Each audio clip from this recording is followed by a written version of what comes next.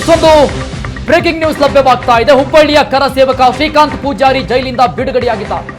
ಹುಬ್ಬಳ್ಳಿ ಕಾರಾಗೃಹದಿಂದ ಹೊರಬಂದಿದ್ದಾರೆ ಶ್ರೀಕಾಂತ್ ಪೂಜಾರಿ. ಹುಬ್ಬಳ್ಳಿ ಕಾರಾಗೃಹದಿಂದ ಹೊರಬಂದಿದ್ದಾರೆ ಶ್ರೀಕಾಂತ್ ಪೂಜಾರಿ ಕರ ಸೇವಕ. ನಿನ್ನೆ ಜಾಮೀನು ಪಡೆದು ಜೈಲಿಂದ ಬಿಡುಗಡೆಯಾಗಿದ್ರು ಪೂಜಾರಿ.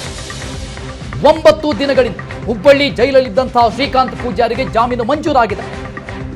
ಈಗ ಹುಬ್ಬಳ್ಳಿ ಕಾರಾಗೃಹದಿಂದ ಹೊರಬಂದಿದ್ದಾರೆ ಶ್ರೀಕಾಂತ್ ಪೂಜಾರಿ. ಸಂಬಂಧಪಟ್ಟಂಗೆ ನಿರಂತರವಾದಂತಹ ಹೋರಾಟಗಳು ನಡೀತಾ ಇತ್ತು. ದೃಶ್ಯಗಳಲ್ಲಿ ಗಮನಿಸ್ತಾ ಇದ್ವಿ, ನೇರ ಪ್ರಸಾರದ ದೃಶ್ಯಗಳಿದು. ಹುಬ್ಬಳ್ಳಿಯ ಕಾರಾಗೃಹದಿಂದ ಹೊರ ಬರ್ತಾ ಇರುವಂತಹ ಶ್ರೀಕಾಂತ್ ಪೂಜಾರಿ ಅವರ ದೃಶ್ಯ. ಕಳೆದ 9 ದಿನಗಳಿಂದ ಹುಬ್ಬಳ್ಳಿ ಜೈಲಲ್ಲಿದ್ದು ಕರಸೇವಕ ಶ್ರೀಕಾಂತ್ ಪೂಜಾರಿ ಇವರ ಬಿಡುಗಡೆಗೆ ಆಗ್ರಹಿಸಿ ಬಿಜೆಪಿ ನಿರಂತರವಾಗಿ ಹೋರಾಟವನ್ನ ಮಾಡುತ್ತದೆ. ಅನೇಕ ಸಂಸ್ಥೆಗಳು, ಸಂಘಗಳು ಹೋರಾಟವನ್ನ ಮಾಡುತ್ತವೆ. ನಿನ್ನೆ ಮಂಜೂರು ಮಾಡಲಾಗಿದೆ ಶ್ರೀಕಾಂತ್ ಪೂಜಾರಿಗೆ. ಹುಬ್ಬಳ್ಳಿ ಕಾರಾಗೃಹದಿಂದ ಈಗ ಶ್ರೀಕಾಂತ್ ಪೂಜಾರಿ ಆಚೆ ಬರ್ತಾ ಇರುವಂತಹ ನೇರ ಪ್ರಸಾರದ ದೃಶ್ಯಗಳು.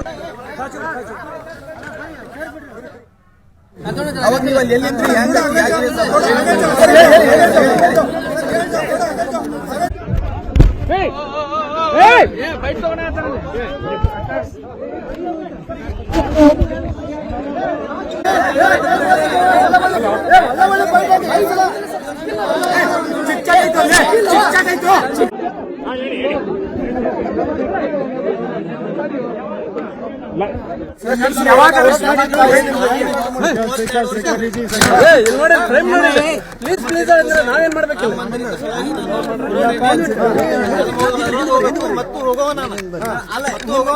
ಪೊಲೀಸ್ ಯಾವಾಗ ಬಂದಿದ್ರು ಏನ್ ಹೇಳಿದ್ರು? ಅವ್ರು ಏನಂದ್ರೆ ಮಾರ್ಕೆಟ್ ಕರ್ಕೊಂಡು ಹೋಗೋದು ಇದ್ರ ಸಲಾಗಿ ತಗೊಂಡೋಗಿ ಮನೆ ಕಡೆ ಇದು ಐತಿ ರೇಷನ್ ತಗೊಂಡ್ ಹೋಗುದು ಅಂತ ಹೇಳಿ ಇವತ್ತ ನಿಮ್ ಹೆಸರು ದೆಹಲಿ ಮಟ್ಟದಾಗ ಚರ್ಚೆ ಆಗತ್ತೆ. ಇದೆಲ್ಲ ಗೊತ್ತಿತ್ತ ನಿಮ್ಗೆ? ಬಿಜೆಪಿ ಅವರು ಎಲ್ಲರೂ ನಿಮ್ ಪರವಾಗಿ ಈಗ ರಾಮ ಮಂದಿರ ಉದ್ಘಾಟನೆ 22ನೇ ತಾರೀಕು ತಮ್ಮನ್ನ ಅರೆಸ್ಟ್ ಮಾಡೋದು ಏನಂತ ಹೇಳ್ತೀರಿ? ಏನು ಗೊತ್ತಿಲ್ರಿ, ಇದು ಹೋಗ್ತೇನೆ ಅಂತ ಹೇಳಿ ಅರೆಸ್ಟ್ ಮಾಡಿದ್ರು. ಕಾಂಗ್ರೆಸ್ ಸರ್ಕಾರ ಉದ್ದೇಶ ಪೂರ್ವಕವಾಗಿ ಏನಾದ್ರು ಅರೆಸ್ಟ್ ಮಾಡಿದೇನಾ ಸರ್? ಅಲ್ಲ, ನಿಮ್ಮ ಮೇಲೆ ಈ ಬೇರೆ ಬೇರೆ ಕೇಸ್ ಇದ್ದು ಅಂತ, ರೌಡಿ ಸೀಟ್ ಇತ್ತಂತ ಇದ್ದಿದ್ದಿಲ್ರಿ. ಇದ್ದಿದ್ದೆಲ್ಲ ಬಿಡುಗಡೆ ಮಾಡ್ಕೊಂಡು ಹೋಗಿ ನಾನು ಹೋಗಿ ಅಂತ ಹೇಳಿ ಬೆಳಗಾವಿಯಿಂದ ಬಂದೇನೆ ನಾನು. ಈಗ 92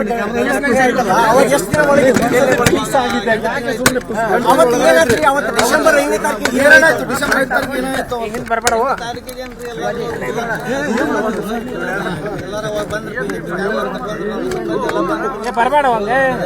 ಅಲ್ಲ, ಅವತ್ತು 1992 ಡಿಸೆಂಬರ್ ಗಲಾಟೆ ಆದಾಗ ಏನೇನಾಯ್ತು? ನಾವು ರಾಮ ಮಂದಿರ ಆಗ್ಬೇಕಂತ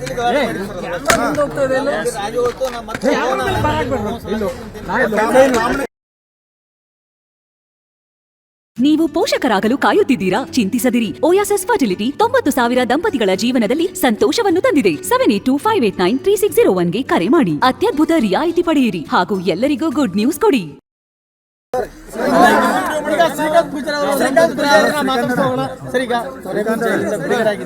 ನಿಮ್ಮ ಕೇಸು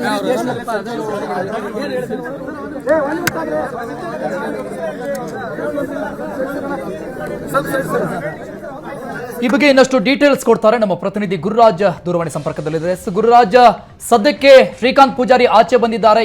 ಏನ್ ಹೇಳಿದ್ರು ಅವರು ಬಂದ ತಕ್ಷಣ? ಹರಣ್, ಶ್ರೀಕಾಂತ್ ಪೂಜಾರಿ ಜೈಲಿನಿಂದ ಬಿಡುಗಡೆಯಾಗಿದ್ದಾರೆ. 29ನೇ ತಾರೀಕು ಪೊಲೀಸರು ಅವರನ್ನ ಹಳೆ 31 ವರ್ಷದ ಹಳೆ ಪ್ರಕರಣದಲ್ಲಿ ಬಂದಿದ್ರು.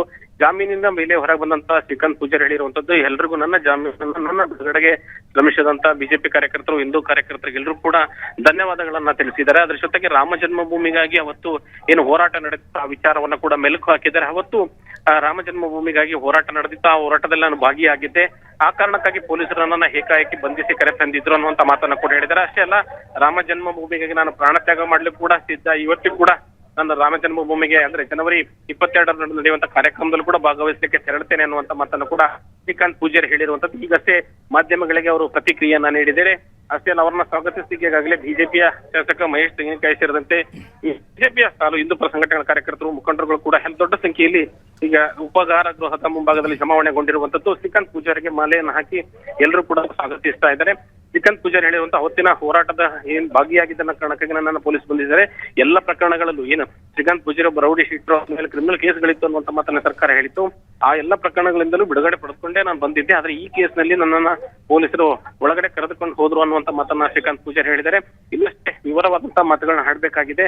ಈಗಾಗಲೇ ಅವರನ್ನ ಸ್ವಾಗತಿಸಲಿಕ್ಕೆ ದೊಡ್ಡ ಸಂಖ್ಯೆಯಲ್ಲಿ ಕಾರ್ಯಕರ್ತರು ಜಮಾವಣೆಗೊಂಡಿರೋದ್ರಿಂದ ಇಲ್ಲಿ ನೂಕು ನುಗ್ಗಲಾಗ್ತಾ ಇದೆ. ಅರುಣ್.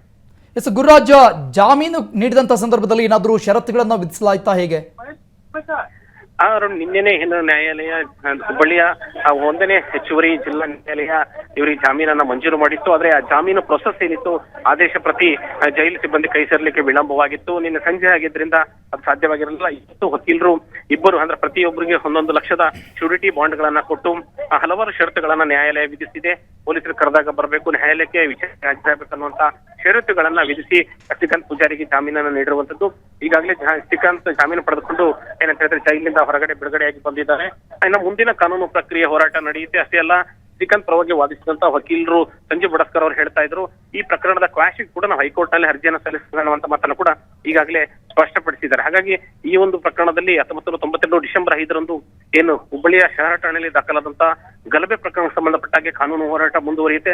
ಶ್ರೀಕಾಂತ್ ಪೂಜಾರಿ ಆ ಪ್ರಕರಣದಿಂದ ಮುಕ್ತವಾಗಬೇಕಾದ್ರೆ ನ್ಯಾಯಾಲಯದಲ್ಲಿ ವಿಚಾರಣೆ ಕೂಡ ನಡೆಯುತ್ತೆ. ಈಗಾಗಲೇ ಬಹುತೇಕ ಈ ಒಂದು ಪ್ರಕರಣದಲ್ಲಿ 5 ಜನ ಆರೋಪಿಗಳು ಅಕ್ವಿಟ್ ಆಗಿದ್ರು. ಅಷ್ಟೇ ಅಲ್ಲ, ಇನ್ನು ಕೆಲ ಆರೋಪಿಗಳು ಮೃತಪಟ್ಟಿದ್ದಾರೆ. ಈಗ ಕೇವಲ ಇನ್ನು 3 ಜನ ಮಾತ್ರ ಸಿಕ್ಕಿರುವಂತದ್ದು. ಅವ್ರ ಪೈಕಿ ಇಬ್ಬರೀಗ ಬಂಧನಕ್ಕೊಳಗಾಗಿ ಜಾಮೀನಿನ ಮೇಲೆ ಹೊರ ಬಂದಿದ್ದಾರೆ. ಇನ್ನೋರ್ವ ವ್ಯಕ್ತಿ ಅನಾರೋಗ್ಯದಿಂದ ಹಾಸಿಗೆ ಹಿಡಿದಿರೋದ್ರಿಂದ ಆತನನ್ನ ಪೊಲೀಸರು ಬಂಧಿಸಿಲ್ಲ. ಆತನ ಆರೋಗ್ಯದ ಕುರಿತಂತೆ ದಾಖಲೆಗಳನ್ನು ಈಗಾಗಲೇ ನ್ಯಾಯಾಲಯಕ್ಕೆ ಸಲ್ಲಿಕೆ ಮಾಡಿರುವಂತದ್ದು. ಈಗ ಶ್ರೀಕಾಂತ್ ಪೂಜಾರಿ ಬಿಡುಗಡೆಯ ನಂತರ ಮತ್ತಷ್ಟು ಕಾನೂನು ಹೋರಾಟ ಮುಂದುವರಿಸಲೇಬೇಕಾಗುತ್ತೆ. ಥ್ಯಾಂಕ್ ಯು ಗುರುರಾಜ್ ಎಲ್ಲ ಡೀಟೇಲ್ಸ್ಗೆ.